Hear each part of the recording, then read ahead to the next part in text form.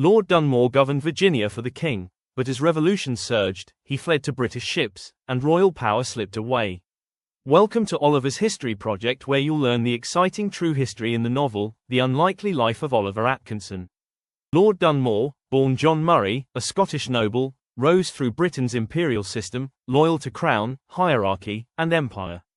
In 1771, Dunmore became royal governor of Virginia, ruling a powerful colony increasingly hostile to British control. As resistance grew, Dunmore dissolved the House of Burgesses and seized colonial gunpowder, igniting outrage and pushing Virginia toward rebellion. In 1775, Dunmore made a radical move, offering freedom to enslaved people who joined the British cause, reshaping the war in the South. Driven from Williamsburg, Dunmore fought from the coast. Patriot forces defeated him at Great Bridge, ending royal rule in Virginia.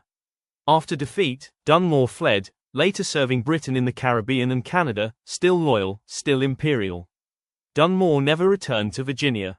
He lived out his years as a British official, watching an empire lose one of its greatest colonies. Lord Dunmore wasn't just a villain or a footnote, he forced Virginians to choose sides, accelerating the road to independence.